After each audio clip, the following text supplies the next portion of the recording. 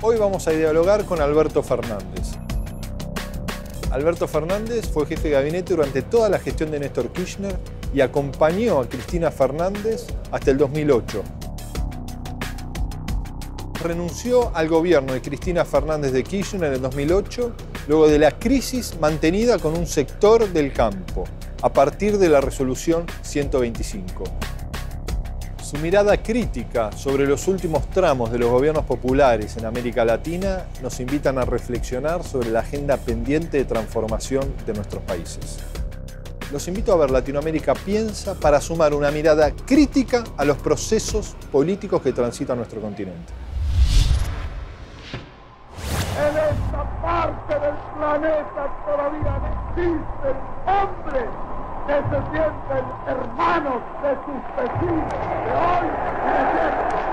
Una verdadera ola de democratización avanza sobre América Latina. Nuestros excluidos, nuestros países, nuestra democracia ya no soportan más que sigamos hablando en voz baja. La unidad de nuestros pueblos no es simple quimera de los hombres, sino inexorable decreto del destino. El sueño, el proyecto de la patria grande ha sido desde siempre un sueño compartido por nuestros pueblos. Estamos ante una oportunidad aquí en nuestra América del Sur, una región rica y respetuosa de la diversidad y de la pluralidad como pocas. Temos largo caminho a percorrer na busca de sociedades plenamente desenvolvidas e democráticas. As populações se manifestarem, os trabalhadores defenderem seus direitos. Exclusión económica y social es una negación total de la fraternidad humana. Quisiera que nuestro continente sea modelo de continente. Un continente de justicia, un continente de solidaridad. ¿Y qué menos puede hacer la izquierda de América Latina que crear una conciencia en favor de la unidad? Solo unidos es que nosotros podremos ser verdaderamente independientes.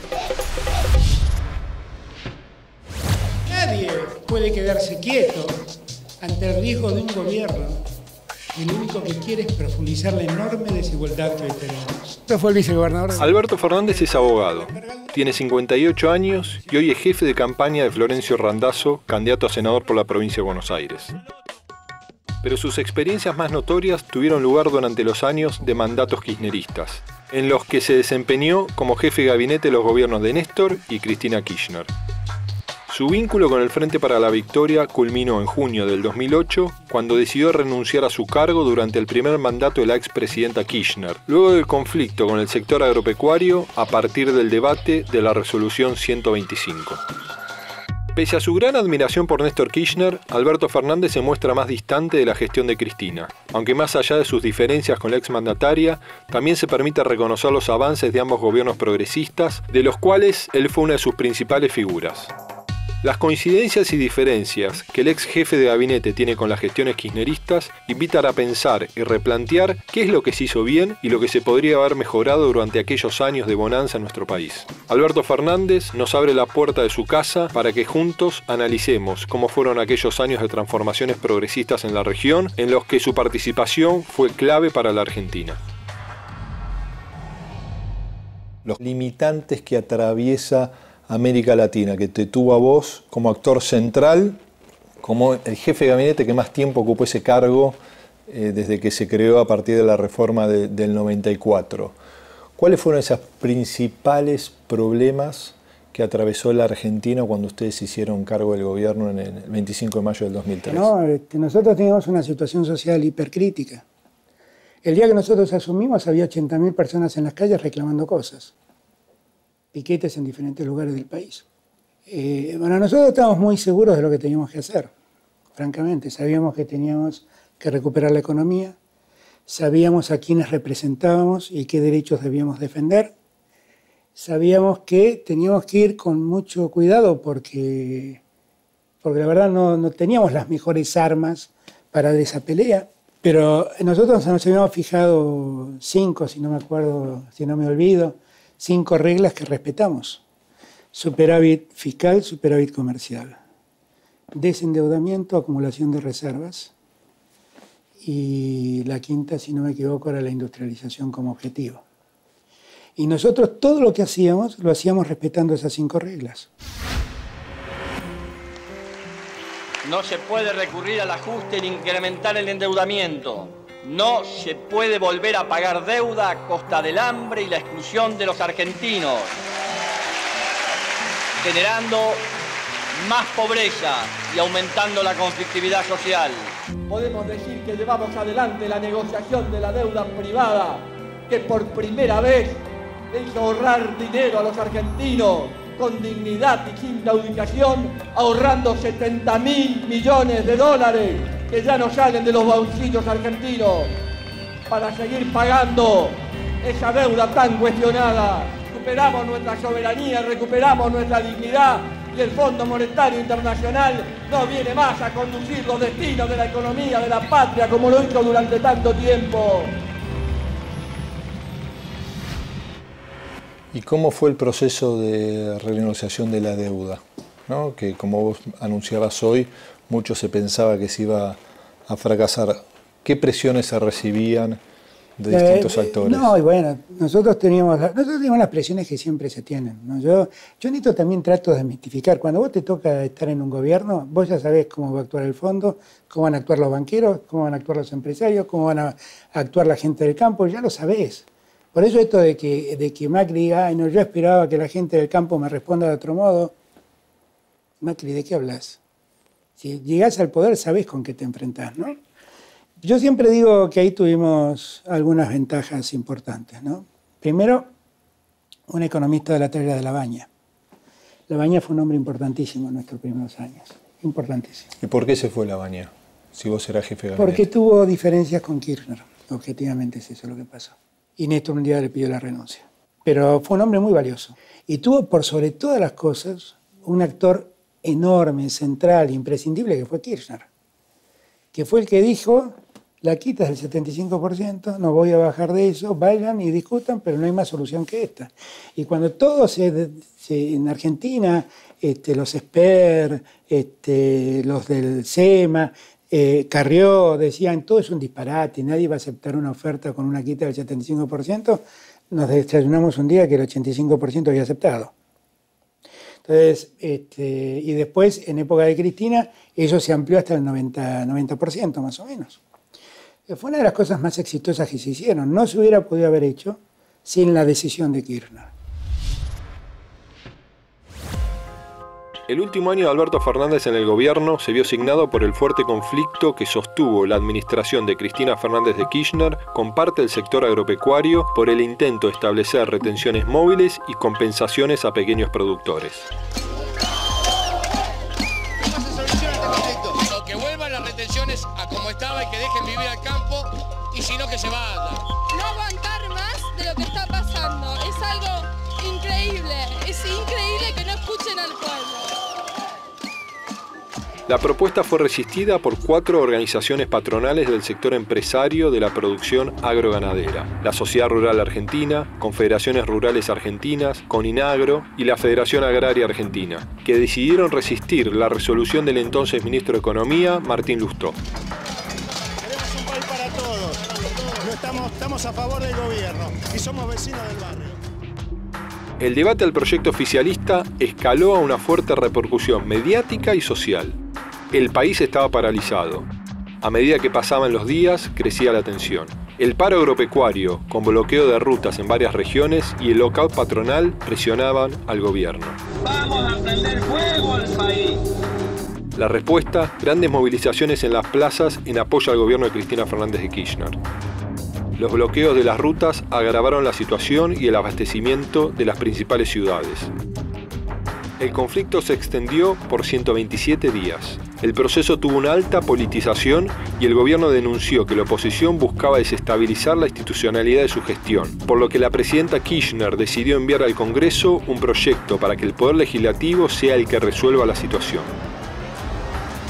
¿Y cómo viviste un proceso que quizás condicionó el primer mandato de la presidenta Kirchner, que fue la 125, y el conflicto con un sector del campo? Bueno, yo lo vi tan traumáticamente que después de eso me fui. Pero yo visto a la distancia, a mí es una experiencia que me ha dejado muchas enseñanzas. Me vino a la memoria una cosa que siempre me decía Rodolfo Frigeri, que fue secretario de Hacienda. Yo era muy joven y trabajaba con él. Y me decía, Alberto, entre lo ideal y lo posible, quédate con lo posible, porque a veces lo ideal solo es ideal. Bueno, a mí me parece que fuimos por lo ideal y nos quedamos sin nada. Que cuando a veces uno va por todo, corre el riesgo de quedarse sin nada. Nosotros debimos haber cedido porque lo que hizo Martín en su proyecto original estaba mal. Lo quisimos corregir sin tocar lo de Martín. Y entonces todo fue muy complejo. Entonces dijimos, bueno, vamos a corregir, te voy a devolver plata por el flete. No, bueno, vamos a corregir, te voy a devolver plata si vos sos un productor de menos de tantas hectáreas. Bueno, no alcanza. Bueno, toda la plata que recaude la voy a destinar a construir casas y hospitales. Y no queríamos corregir lo que estaba mal.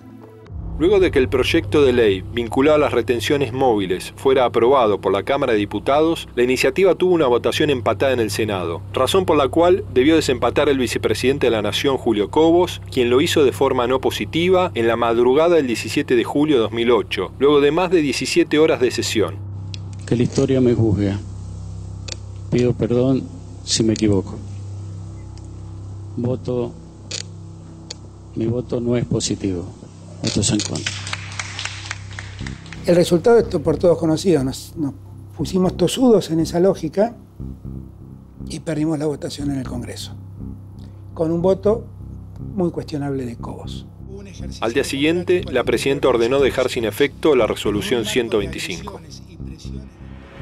Lo que yo siempre reclamé, y muchas veces lo hablé con Néstor después de haberme ido del gobierno, es dar vuelta a la página del campo. Y Cristina nunca dio vuelta a la página del campo. Para Cristina siempre fueron sus enemigos, siguen siendo sus enemigos. Y el campo es como es. No son ni mejores ni peores que los empresarios. Son parecidos. Y en el campo hay de todo, como en la industria. Hay de todo. Hay pool de siembras y hay chacareros, como hay transnacionales de la industria y hay pymes, como en todos lados. Cristina nunca pudo amigarse con un sector de la economía que moviliza más o menos un 15% de la economía. Yo lo viví con mucha pena, porque además, me acuerdo que después que yo me fui, año 2008, 2009, creo que habrá sido, hubo una gran sequía. Y yo le decía a Néstor, decirle a Cristina que baje con un helicóptero a un campo seco y que vaya y les ofrezca ayuda para que se den cuenta que no es un problema con ellos. Y nunca conseguí eso. Y el campo fue muy injusto con nosotros también. El campo fue profundamente injusto con nosotros. La discusión que tuvo por la 125 es una discusión que viene de los años de Juan Sin Tierra. O sea, un Estado que quiere cobrar impuestos y alguien que dice no quiero pagarlos. O sea, es el primer conflicto, es el ABC del conflicto del que gobierna, ¿no? Eso a mí no me preocupa tanto.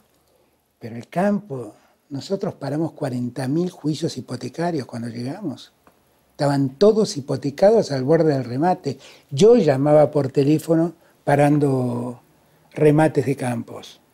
Yo, jefe de gabinete, que después reaccionen así. Ellos no estuvieron bien con nosotros. Ellos fueron muy ingratos y muy injustos. Y vos fuiste interlocutor con muchos de ellos en el propio conflicto. Ahora, ¿por qué pensás que reaccionaron así? Había de todo, en todos los lugares había de todo, ¿no? En la rural había un caballero como Luciano Míguez y había un especulador como Vialcate. Y en la Federación Agraria había alguien con más vocación de entender como Eduardo Bussi y un especulador como De Ángelis, ¿no? Entonces había de todo, Yo creo que en algún momento, además, el conflicto se potenció mucho cuando dejó de ser un conflicto del Estado, del gobierno con un sector, y se convirtió en un conflicto político. Porque todas las fuerzas políticas minoritarias que no lograban hacer pie frente a la adhesión social que habíamos logrado con Cristina, se unieron detrás de ellos para sacar ventaja. Y ahí apareció el Grupo A. Los Carrió, los Bullrich, los Macri, ahí apareció el Grupo A. Y cuando la cosa se politizó, todo fue más complejo.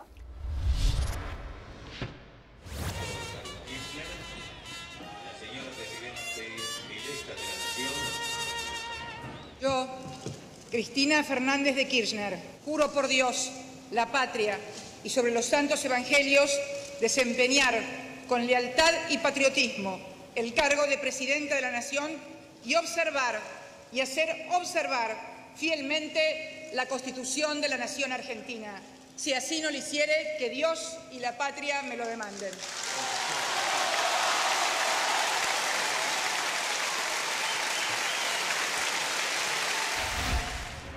Y vos fuiste uno de los primeros promotores de la propia candidatura de Cristina Kirchner. Sí. ¿Imaginabas que podías terminar con una relación tan distante con alguien que habías tenido una relación tan cercana? No. Yo le creía a Cristina. Yo creí que Cristina quería ser como Merkel. Y después estuvo lejísimo de ser algo parecido a Merkel. Yo pensé que iba a ser alguien más tolerante, que iba a tener un mejor diálogo. El motivo por el cual yo promovía a Cristina era que yo entendía que estábamos alcanzando la normalidad sobre el final del mandato de Néstor. Y yo creía que en esa normalidad íbamos a necesitar un presidente con mucho más diálogo, que careciera de los poderes que la emergencia le habían dado a Néstor, y que nadie mejor que Cristina para eso. Pero me equivoqué. O Cristina cambió, no sé, pero me equivoqué. Algo fue distinto. Ahora, tampoco quiero ser desmedido con esto que estoy diciendo, ¿no? Porque Cristina no fue como Merkel, Cristina fue Cristina. Y no fue poco. Y Argentina no es Alemania. Efectivamente, la Argentina no es Alemania. Efectivamente, Cristina no es Merkel, pero es Cristina. Y no es poco. ¿No? O sea, yo tengo muchas diferencias con ella. Muchas. Pero eso no me hace perder de vista que es una mujer valiosa, que es una mujer inteligente, que es una mujer con coraje, que no me gusta que escriba la historia a su antojo, que no me gusta que mienta y tergiverse la realidad como muchas veces lo hace, tratando de que la realidad se amolde a sus necesidades. Pero bueno, esa es mi opinión, simplemente. Yo no tengo más diferencias que esas. Tengo muchas más diferencias con Macri. Son varias las fuertes que están confirmando la presunta renuncia del jefe de gabinete de ministros, Alberto Fernández. Tengo el agrado de dirigirme a la señora presidenta a efectos de presentar mi renuncia al cargo de jefe de gabinete de ministros, con el que oportunamente me distinguiera. Hay que decir que después del voto de Cobos, la crisis que se desató dentro del gobierno lo tuvo como protagonista Alberto Fernández, quien había encarado las negociaciones con el campo. ¿Y nunca te arrepentís de haber renunciado? No, para nada. Mira, para mí la política es un problema de convicciones. Yo lo aprendí de Kirchner, además, entre otros esto, ¿no? No es un problema de oportunismo. Yo realmente creo que Cristina desvió el proyecto original. No sé si es mejor o peor lo que hizo ella. Digo que es distinto. Cristina renunció al Senado, cuando era al bloque de senadores peronistas, diciéndole a un senador que se llamaba Alacino: ni vos sos el general Alacino, ni yo soy la recluta Fernández. Y lo que ella construyó es un espacio político lleno de reclutas, donde ella es la general. Pero una vez se lo dije a ella: ni vos sos la general Fernández, ni yo soy el recluta Fernández. Así no se hace política. Esa es mi mayor diferencia con ella. Yo siempre digo, es mi diferencia. No sé si tengo razón o no, pero es lo que creo. Y son mis convicciones.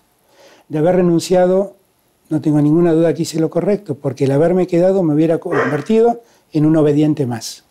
Del mismo modo, si me preguntás, si volviera Néstor y te dice: Alberto, acompáñame, ¿vos qué haces? Lo vuelvo a acompañar, sin ninguna duda. Yo, Mauricio Macri, prometo manter con fidelidad y patriotismo, con lealtad y honestidad, defender y cumplir la Constitución, el cargo de presidente de la República del Paraguay, el cargo de presidente de la Nación Argentina, promover o bem geral do povo brasileiro. Sí, juro.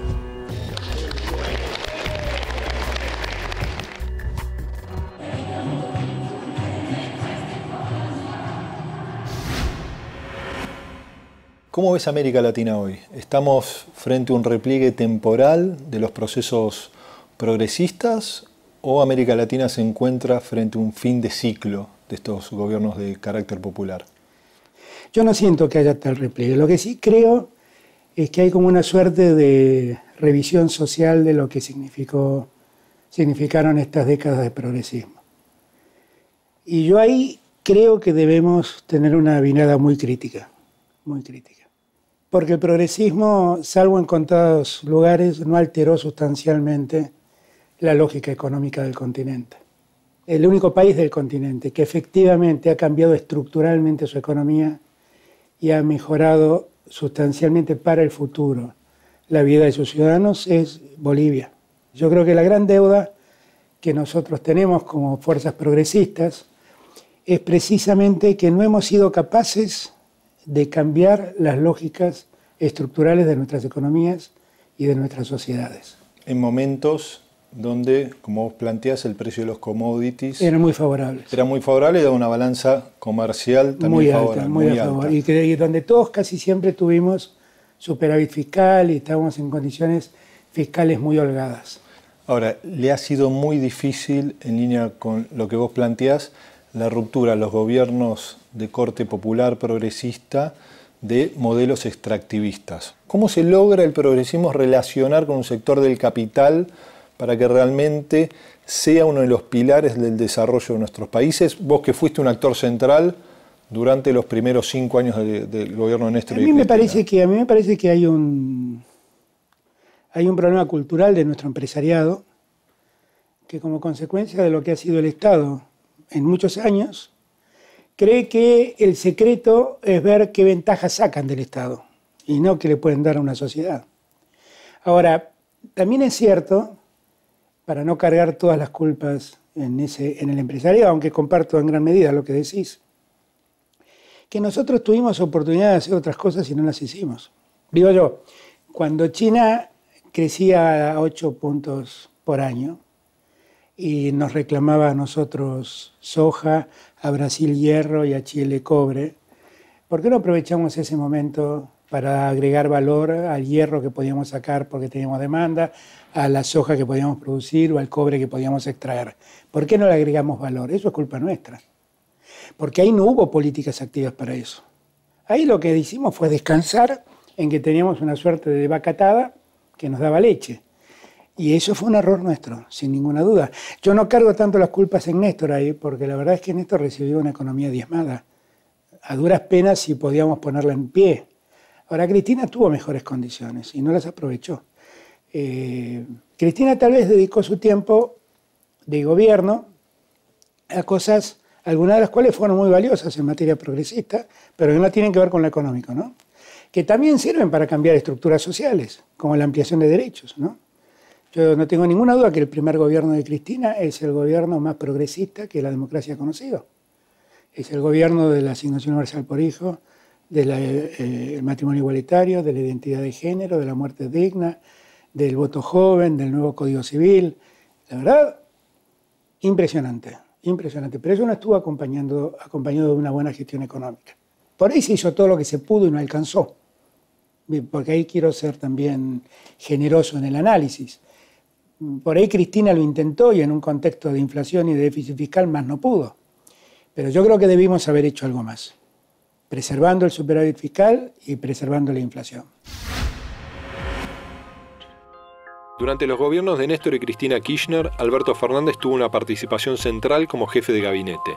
En sintonía con lo que sucedía con ambas presidencias en nuestro país, la región se introducía en un periodo de gobiernos progresistas que ampliaron los derechos de sus ciudadanos, fortalecieron las industrias locales, realizaron tratados regionales para proteger su crecimiento e integración y pusieron en valor la memoria e identidad cultural de sus pueblos. Fue durante esos mismos años que, como funcionario del gobierno nacional, Alberto Fernández estuvo recorriendo el continente, siendo testigo de grandes transformaciones, pero también partícipe de los sucesos que levantaron a América Latina como el No al ALCA, y relacionándose con emblemáticos mandatarios progresistas como Evo Morales y Hugo Chávez, con quienes trabajó para fortalecer los lazos comerciales en pos de profundizar la integración continental. Sin embargo, Alberto Fernández no tiene reparo en mostrarse crítico acerca de lo que no se pudo lograr, ya sea por condicionamientos externos o por la falta de visión dentro del mismo gobierno del que él fue parte.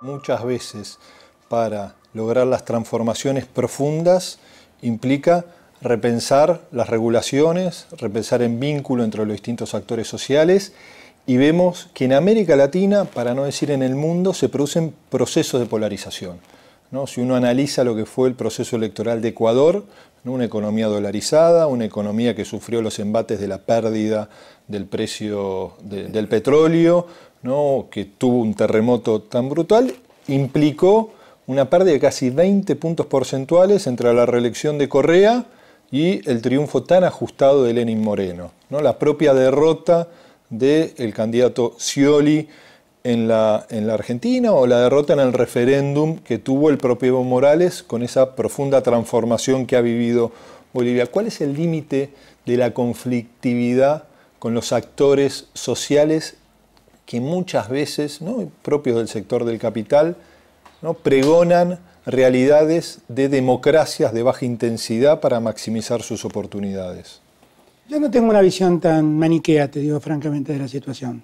A mí me parece que lo que le pasó a Cristina, lo que le pasó a Correa, es que en algunos momentos tuvieron modales que la sociedad los hartó. Por un lado, a mí me parece que la pérdida de votos de Correa y la derrota electoral de Cristina tienen que ver con un agotamiento de la gente, que en verdad sentía que a mí me gusta lo que haces, pero lo puedes hacer con una sonrisa y sin maltratarme. Después está la pelea contra los intereses, que eso existe. Los actores que se enfrentaron con Cristina son los mismos actores que acompañaron a Néstor. ¿Por qué lo acompañaban a Néstor y le enfrentaban a Cristina? ¿Qué tenían políticas distintas? Pero salir de la crisis tan profunda de esa Argentina de la que vos fuiste protagonista. Pero salimos con la misma lógica de Cristina, ¿eh? La única diferencia es que Néstor no los retaba. Pero esa sintonía fina, humillaba socialmente. Esa sintonía fina que planteó Cristina Kirchner cuando fue electa presidenta, implicaba también generar marcos regulatorios que, por más que no se hayan logrado, tocaban ciertos intereses mucho más finos. A mí muchas veces me da la impresión, analizando América Latina, que en los grandes trazos es más fácil construir esos consensos cuando se sale de las profundas crisis. Llega el segundo mandato y dice, ahora viene la sintonía fina. ¿Qué esperaba yo?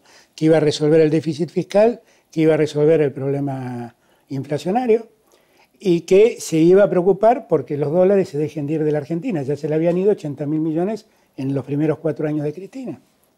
Entonces, yo lo que digo es, más allá de lo discursivo, veamos los resultados. La discusión de fondo ahí, que trasciende a la Argentina, es cómo se logra esa vinculación con un sector del capital que permita dar esta discusión de fondo. Pero generar proceso de industrialización de mayor valor agregado. Si vos al capital le das condiciones para producir y ganar plata, los vas a tener. Simplemente. Es tan simple como eso. ¿Es tan sencillo?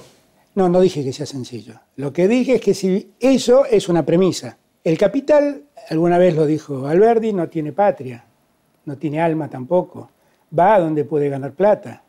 Y las condiciones para que el capital se reproduzca es central. Y mira el problema que tiene Trump, que se le van todas las empresas americanas a China o a México. ¿Qué pasa? Es lo mismo, es exactamente igual. Están buscando dónde potencian su rentabilidad, simplemente. Esto no es una problemática exclusiva de la Argentina. Digo, es como que en los procesos del ciclo progresista en nuestra región hubo momentos donde todos tomaron la decisión de fortalecer la distribución, el propio mercado interno, pero todos encontraron limitantes políticos, ni hablar quizás el caso más extremo, que es la crisis tan profunda que atraviesa hoy Venezuela, a pesar de las buenas intenciones que pudo haber tenido Chávez en su gobierno. Nos decía Marco Aurelio unas semanas antes de fallecer, que lo entrevistamos, Marco Aurelio decía que el propio Kirchner reconocía la incapacidad que se había tenido en tratar de generar una matriz de desarrollo industrial que le permita ganar en autonomía, en independencia económica a su país. A mí me parece que son todas situaciones diferentes. Brasil es un país con 2 características, con un desarrollo industrial muy poderoso en relación a Argentina, y Brasil es un país además con una fuerza empresaria muy muy comprometida con su país, que no es lo que pasa en Argentina. En Argentina todo eso es muy laxo. Argentina es un país donde la industria vive de la tolerancia del Estado. Y eso siempre es un abuso del empresariado, ¿eh? No, entiéndase bien, no lo estoy diciendo como que pobrecitos están dependiendo del Estado. No arriesgan nada. Hay una conciencia en el empresario argentino muy distinta a la brasilera, y además creo que hay un desarrollo industrial muy distinto. Kirchner tuvo una gran virtud, que fue poner de pie un sistema industrial muerto. Él lo recuperó. Y Cristina siguió con esa lógica en alguna medida, con algunas ideas buenas como los créditos del Bicentenario, que ayudaron a mucha pequeña y mediana empresa a desarrollarse. Y además con un criterio de razonable proteccionismo. Y la situación de Venezuela no tiene nada que ver ni con Brasil ni con Argentina. Venezuela es un país que todo lo importa, todo lo importa. Lo único que exporta es petróleo. Exporta petróleo e importa todo. Chávez intentó hacer una reforma estructural de eso. Por eso se llevó, por ejemplo, vacas argentinas para producir carne y para producir leche. Él creo que lo intentó. Su muerte fue una catástrofe, porque la diferencia que hay entre Chávez y Maduro es la misma diferencia que existe, seguramente, no sé, entre Einstein y yo, ¿no? Es muy grande esa diferencia. Y lo de Maduro es un proceso de decadencia enorme, donde yo siento que hay un problema económico en Venezuela, pero siento que hay un patético problema de derechos humanos, definitivamente. Y que nadie que se sienta progresista puede mirar impávido lo que está pasando en Venezuela. El miércoles en Caracas. Una marcha de miles de personas encabezada por diputados intentaba llegar a la sede del Parlamento de mayoría opositora. Estamos caminando, diputados de la Asamblea Nacional, que vamos a nuestro Palacio Legislativo y esto es lo que nos recibe la Guardia Nacional. Nosotros estamos defendiendo la revolución de otra manera, organizándonos para salir a votar por la constituyente. No podemos bajar el pueblo. Que el pueblo baje para enfrentarnos a él, porque eso es lo que ellos buscan, una guerra civil. Quieren calmar la calle, quieren de alguna manera hacer creer a la opinión pública internacional de que se puede negociar con este gobierno, que no es tan malo como lo pintan. No quiere la constituyente porque sabe que la constituyente es la solución a tanta guerra, a tanta violencia en nuestro país. Venezuela poco a poco se está destruyendo por un grupo nada más, porque es un grupo, mientras que ellos allá pelean, nosotros aquí estamos tranquilos. Los muertos no son chavistas ni antichavistas, son venezolanos. La crisis institucional, digo, es muy profunda. Ahora, en pos de preservar la democracia, la plena vigencia de los derechos humanos, nuestros países tendrían que tener un compromiso mucho más del que tienen, que muchas veces se observa que el camino de la condena exclusivamente a la responsabilidad tan alta que tiene el gobierno lava sus culpas en vez de realmente intentar buscar una solución a la población que tanto reclama en Venezuela salir de esa crisis casi estructural que tiene, ¿no? y ese conflicto social tan profundo. Sí, no, yo tengo la impresión que... A mí no me gusta decir que la responsabilidad de Venezuela es por igual de la oposición que del gobierno. Por supuesto que no. Porque no creo en la teoría de los dos demonios ni en Argentina ni en ningún lado. Y porque además me parece terrible que todos los días se mueran de a 10 personas en Venezuela. Lo que creo que nosotros no podemos es seguir mirando impávidos. Que el tema no es esta posición que toma Macri de oportunismo derechista, de enfrentarlo a Maduro y asustar a la gente de que, miren, si yo no hubiera llegado, la Argentina sería Venezuela. Yo no creo en ninguna de esas imbecilidades que Macri promueve. Lo que sí creo es que nosotros tenemos seriamente que prestar atención a lo que pasa en Venezuela. Como continente, no estamos para juzgar a Venezuela, estamos para ayudarla a salir del problema. Hay que recuperar un diálogo que entre ellos no se da. O sea, que entre los mismos venezolanos no está ocurriendo. Y hay que recuperar la institucionalidad venezolana que está en crisis. Claramente está en crisis. Esta es la plaza más linda, ¿no? La plaza donde todos convivimos más allá de la diversidad. Una plaza llena de alegría, una plaza llena de esperanza, una plaza con reclamos de seguir adelante con lo que hemos empezado. Más allá de la satisfacción que tenemos por el acompañamiento ciudadano, nosotros también somos conscientes que hace falta ser prudentes, medidos, que en cada uno de los argentinos que hoy estuvo en la plaza hubo esperanza, hubo confianza y hubo una exigencia al gobierno de que se comprometa con seguir adelante con el camino emprendido.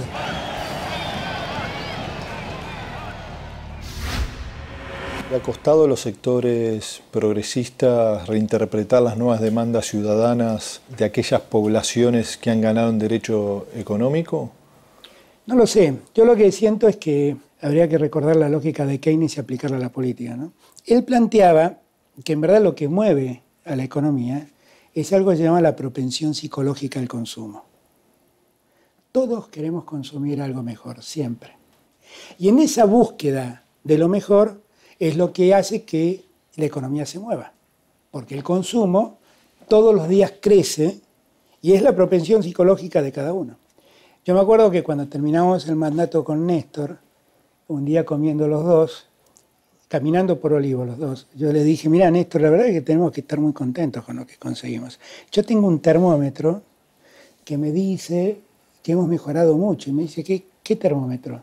Le dije, mira, cuando nosotros empezamos la campaña en el 2002, lo que la gente nos pedía era un plan social. Y entonces nosotros llegamos al gobierno. Y a poco de llegar al gobierno lo que la gente me pedía era un trabajo, no me pedía un plan social. Y a poco, en vez de pedirme un trabajo, me pedían un mejor cargo en el trabajo. Y ahora lo que me piden es no pagar ganancias. Mirá cómo hemos mejorado. ¿Y qué le digo yo al que trabaja hoy y no quiere pagar impuestos a las ganancias? ¿Acordate que no tenías trabajo? No, eso no se lo puedo decir. Esa demanda social creciente es la misma que mueve la economía según Keynes, ¿no? Y es muy difícil además plantearlo en términos de acuérdense de lo que tuvieron y lo que tienen, porque no se registra esto. ¿Y Macri entendió eso mejor que Daniel Scioli en el proceso electoral pasado? Prometiendo cosas que sabía que no iba a cumplir. No.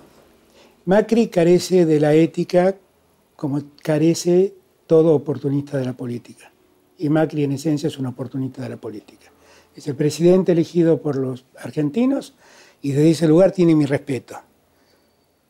Pero su naturaleza es la de un oportunista de la política. Vos tuviste una definición muy dura en el proceso electoral del 2015, ¿no? que votaste en blanco, que vos decías que era como morir ahorcado o en la silla eléctrica. Tenía razón. ¿Seguís pensando lo mismo? Sí, estoy en la silla eléctrica. Y la Argentina... Era morir en la cámara de gas o morir en la silla eléctrica. Morirme de a poco o morirme de un golpe. ¿Y la Argentina no sería distinta si Macri no alcanzado la presidencia? ¿Y cómo hubiera? Bueno, eso es contrafáctico, ¿no? Por supuesto. Pero ¿cómo hubiera sido la Argentina? ¿Hubiera sido una Argentina con cepo, con el INDEC mintiendo? ¿Cómo hubiera sido? No lo sé. No lo sé. Lo que pasa es que nadie me contestaba. Siguen sin contestar. Mira, ¿viste? Porque nadie me sigue. Todo el mundo me sigue sin contestar. Pero creo que todos sabíamos cómo iba a ser la Argentina de Macri.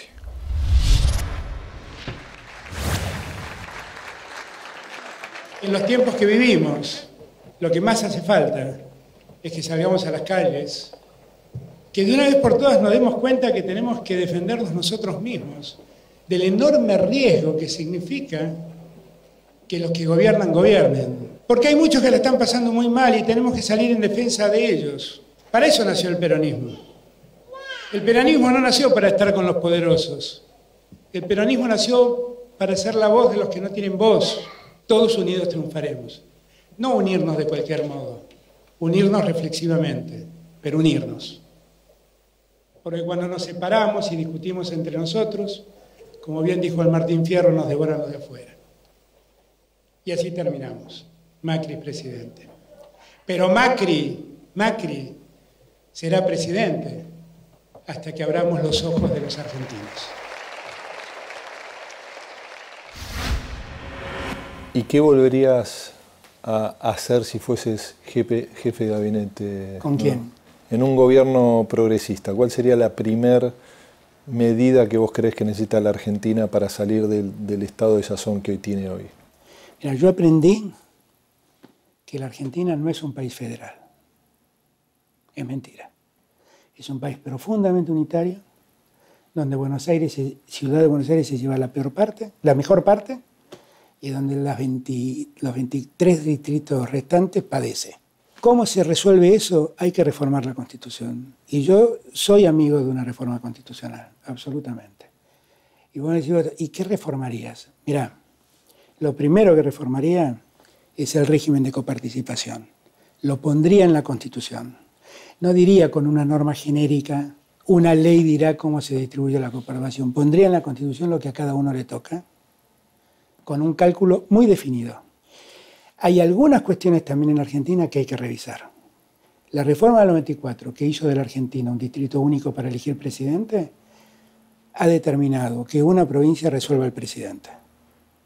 No es posible que los bonaerenses resuelvan al presidente de todos los argentinos. No es posible. Bueno, la última elección fueron los cordobeses, ¿no? Más o menos, porque los cordobeses dieron una ventajita. Pero si Macri no hubiera sacado los votos que sacó en Buenos Aires, tampoco hubiera logrado con Córdoba. Por supuesto, una de las discusiones de fondo es cómo repensamos el federalismo.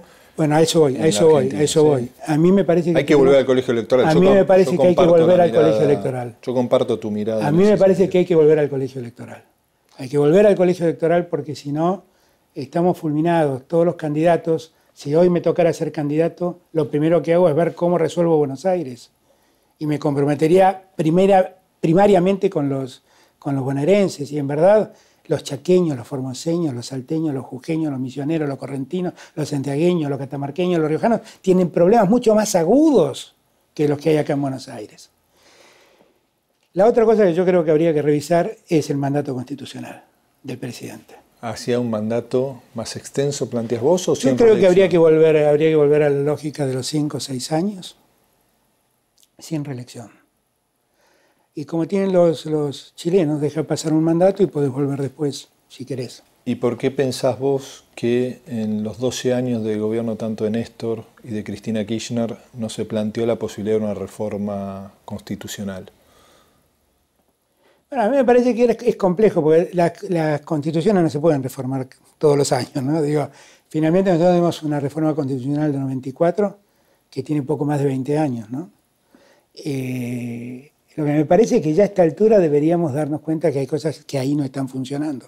Me parece que todo eso hay que revisarlo. Lo de las minorías no pretendo sacarlo, porque bueno, bienvenido sea, pero sí lo del mandato, eso me parece que hay que revisarlo. Y lo del colegio electoral me parece que hay que revisarlo.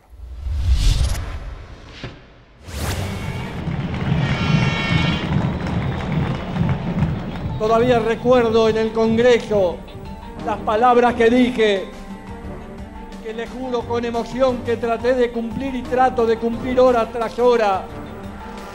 Cuando dije que no me iba a sentar al sillón para claudicar por los principios que había luchado toda mi vida y el pueblo argentino había votado. Que no me interesaba estar en un sillón para bajar la bandera de la esperanza y de la construcción de una nueva patria. ¿Y cómo recordás a Néstor Kirchner? Tengo solo buenos recuerdos de él. Para mí fue un hombre enorme, para mí fue un gran presidente. Fue el mejor presidente que la democracia ha dado hasta acá. Me encantaría que esté vivo para que responda a todas las cosas que le están imputando. Me encantaría que los que lo sobrevivieron lo defiendan de mejor modo. Para mí fue un hombre enorme. Yo solo gratitud, reconocimiento y admiración guardo por él. Por una nueva Argentina, por un país en serio, por una Argentina para todos, por construirla con amor y compasión, para trabajar por la dignidad, para trabajar por el trabajo, por la justicia. ¡Primero Argentina! ¡Primero Argentina! Y cuando hacían esos pequeños actos en la ciudad de Buenos Aires, allá hace más de 10 años, ¿imaginaban que podían obtener una victoria electoral? Se reían todos. Yo me acuerdo que estaba en la legislatura y todos mis amigos me decían que estaba loco, ¿no? Yo me acuerdo cuando hicimos el acuerdo con Duhalde hizo un acto, nos reunió a todos en... Siempre cuento esta anécdota, ¿no? Nos reunió a todos en la Quinta de San Vicente, la que era de Perón. Y entonces me dice Duhalde en un momento, che, anda a hablar ahí con los de la primera, me dice, explicarles un poco lo que vamos a hacer. Entonces me mandó como un pequeño teatrito, donde estaban todos los compañeros de la primera sección electoral de Buenos Aires, todo el norte de Buenos Aires, del Gran Buenos Aires. Y entonces yo empecé a hablar, qué sé yo, y de repente levanta uno la mano y dice, bueno, está todo bien, y dice, ya el negro nos dijo que vamos a trabajar con usted, pero ¿cuándo lo vamos a conocer a Kissinger? Me dijo el tipo. Ni sabían cómo se llamaba Néstor. Y muchos me decían que era una locura nuestra. Yo la verdad es que con Néstor lo que recobré, y nunca más quiero perderla, es la convicción de que podemos hacer la política, que la política tiene un elemento de transformación enorme en la sociedad y que la convicción es el verdadero motor de la política. Yo no quiero perder eso. De haberme ido no me arrepiento. Me hubiera encantado, sí, que me hubieran escuchado un poco más, pues si me hubieran oído un poco más, Macri no sería presidente. Lo dije en el Congreso de la Nación, vengo a luchar por una patria más justa, vengo a luchar por la dignidad de los argentinos, vengo a tratar de que juntos pongamos este país de pie, vengo a que recuperemos la autoestima, vengo a que recuperemos la justicia, que recuperemos el derecho de ser argentinos. Y hermanos míos, les aseguro que he dejado todo por tratar de lograr eso y creo que hemos avanzado con muchísima fuerza. Y de aquellas memorias que tenés con Néstor Kirchner, aquellos recuerdos que vos tenés con Néstor Kirchner, ¿cuál es el que más atesorás? Hay varios, pero siempre cuento una. Volvíamos del primer encuentro con Bush en Washington. Y el avión ya había retomado altura y de repente viene alguien de la cabina, en el Tango 01, y dice, señor presidente, está Pampuro en el teléfono. Entonces Kirchner dice, pásemelo, no lo podemos pasar. ¿Puede usted acercarse a la cabina? Pampuro era nuestro ministro de Defensa. Y entonces Kirchner me dice, anda a atenderlo vos. Entonces voy a atenderlo, y digo, hola Pepe, ¿cómo te va? Mal, me dice, estamos mal, esto está mal. Le digo, ¿qué te pasa? Me dice, no, es que Baltasar Garzón mandó pedir la detención de 46 oficiales del proceso militar en una causa de España, me dice, y me pide la extradición. Y digo, ¿cuál es el problema? Tengo a todos revueltos. Dice, vos me voy a tener que mandar a España a todos estos tipos. Me dice, ¿cómo voy a hacer? Le digo, ¿y qué decís? ¿Y qué hiciste hasta acá? No, le llamé a los jefes de las fuerzas y le dije que cada uno se ocupe de detener a los acusados y los mandé a todos a las cárceles militares. Está perfecto, le dije, hace eso y mañana cuando llego vemos cómo seguimos. Claro, no era un tema fácil, ¿no? No era un tema fácil, porque, por ejemplo, lo de la Rúa, en esos años en que fue presidente, había dictado un decreto que decía que la Argentina no podía extraditar a personas que estén acusadas por violación de los derechos humanos en el periodo del proceso militar. Era muy complicado, ¿no? Es vergonzoso lo que hizo de la Rúa, pero había que remover todo ese tema. Entonces vuelvo, me dice Néstor, ¿qué le pasaba a Pepe? Entonces le cuento, mirá, pasa esto. Y entonces me dice, ¿y nosotros lo podemos extraditar? Le digo, bueno, es complicado porque la Argentina no extradita nacionales, o sea, los argentinos no mandamos argentinos al exterior. Me dice, bueno, entonces no los extraditemos y juzguémoslos. Es que no lo podemos juzgar porque está en la ley de obediencia de vida y punto final. Y entonces me dice, bueno, deroguémosla. No, es que no es tan fácil, porque si la derogás, quiere decir que hubo un tiempo en el que estuvieron vigentes. Y como estuvieron vigentes, se van a proteger en eso para decir que esa es la ley más benigna y por lo tanto no vamos a poder avanzar. Me acuerdo como si fuera hoy que Néstor levantó la ventanilla así y se quedó mirando 20 segundos, 30 segundos, no sé. Y cuando volvió me dijo, mira, vamos a hacer esto. Cuando llegues a Buenos Aires, le decís a Zanini que derogue el decreto, me traiga la derogación del decreto de la Rúa. Llamalo a Pichetto y a Díaz Bancalari, que eran los presidentes del bloque de senadores y de diputados nuestros. Y decirles que agarren cualquier proyecto de anulación de las leyes de obediencia de vida y punto final y que lo anulen. Entonces yo le digo, no, pero Néstor, las anulaciones nunca las hace el mismo poder que la dicta. Ahí hace falta un planteo judicial. Bueno, no sé, me dijo, esta vez que la hagan los diputados y los senadores. Vos decirle que lo hagan y punto, pero nunca se hizo. Esta va a ser la primera vez, me dijo. Entonces le digo, Néstor, esto es un problema. Y me dijo, Alberto, Probamos con el olvido y nos fue mal. Probamos con el perdón y nos fue mal. Probemos una vez con la justicia. Todos saben que tengo diferencias con Néstor y con Cristina, que no me distancian del cariño, del afecto y del respeto y de mi convicción de que Kirchner ha sido el mejor presidente que la democracia ha dado. ¿Y saben por qué estoy acá? No por otro motivo que el compromiso moral de militante que tengo por hacer una Argentina diferente, más justa, más equilibrada y por cumplir los designios que alguna vez me hicieron entrar en la política argentina.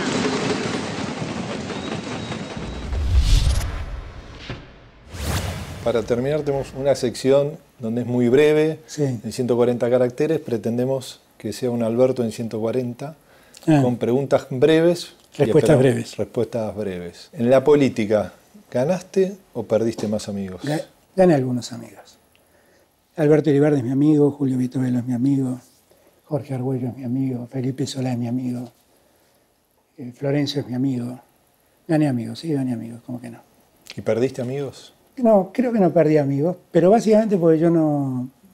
A mí el pensamiento de la gente en relación a los afectos pasa a un segundo plano, no me pesa. Y vos confesaste en Twitter que Lito Nevia, quien es tu amigo, a quien admirás, como padre del rock, musicalizó tu vida. Sí, absolutamente. ¿No? ¿Con qué canción te identificás de Lito Nevia más? ¿Cuál es la que más te marcó? Yo no permito. El estribillo dice, yo no permito que me impidan seguir, yo los invito a que me vean seguir. Y si lo intento es porque estoy convencido que para lograr algo hay que insistir. ¿Y te sentís un músico frustrado? Dios ha sido sabio. Cuando empecé a dedicarme a la música me mandó a estudiar abogacía, sabiamente. A mí me gusta mucho la música, sigo componiendo, sigo tocando la guitarra, pero toco para mí, para mis amigos, para mis afectos. Bueno, ¿has tocado en el Salón Blanco alguna que otra vez? No toqué, públicamente no. Grabé alguna vez un tema con los Super Ratones. He grabado alrededor de 30, 40 temas míos que son solo para consumo de mis amigos y míos, con los arreglos de Oscar Leguera. Pero no, sabiamente Dios me mandó a estudiar abogacía. ¿Y cada cuánto recordás a Néstor Kirchner? Todos los días. Ha sido muy importante en mi vida, sin duda. Ha sido muy importante. Mira, cuando yo era chico, yo empecé a militar en la Unión de Estudiantes Secundarios a los 14 años, en el Colegio Mariano Moreno. Y me acuerdo que discutía, teníamos en aquel momento todo era política, ¿no? Año 73, todo era política, ¿no? Sí. Era hasta además un argumento para conquistar a una chica, ¿no? Y me acuerdo que cuando hablaba con mis amigos y mis compañeros y hablábamos del por qué nos metíamos en política, por qué hacíamos y qué buscábamos y qué queríamos, yo siempre decía lo mismo. Decía, mira, yo sueño con que un día con una lapicera pueda firmar resoluciones, decretos, leyes que le cambien la vida a la gente para mejor. Bueno, eso yo lo cumplí. Yo fui parte de un gobierno y en ese gobierno yo promulgué leyes, firmé decretos, firmé resoluciones que le mejoraron la vida a millones de argentinos. Yo a la política no le pido más nada. Me hizo cumplir el sueño del pibe. Ahora, quien me permitió cumplir el sueño fue la confianza que Néstor me dio.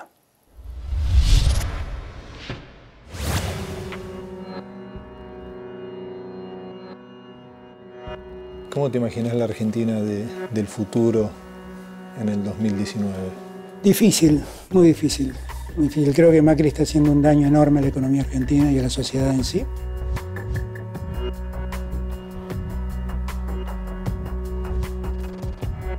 Creo que el peronismo tiene que ser una nueva opción y para hacerlo tiene que repensar muchas cosas. Creo que Cristina va a tener que ayudar a la recomposición del peronismo, que la solución no es irse con sus amigos a la Unidad Ciudadana y que debemos volver a juntar fuerzas para hacer las cosas bien. Y me parece que debemos ser capaces de decir públicamente las cosas en las que nos equivocamos para que la gente vuelva a creer en nosotros. Que si nosotros seguimos diciendo que ninguno fue un error, la gente va a decir que somos unos necios y nadie vota necios.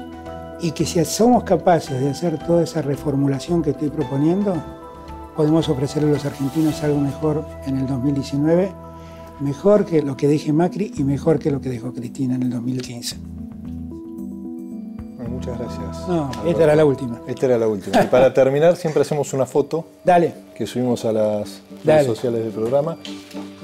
Para que abrimos acá. Ahí estamos. ¿Pero cuánto vale esta foto, Nico?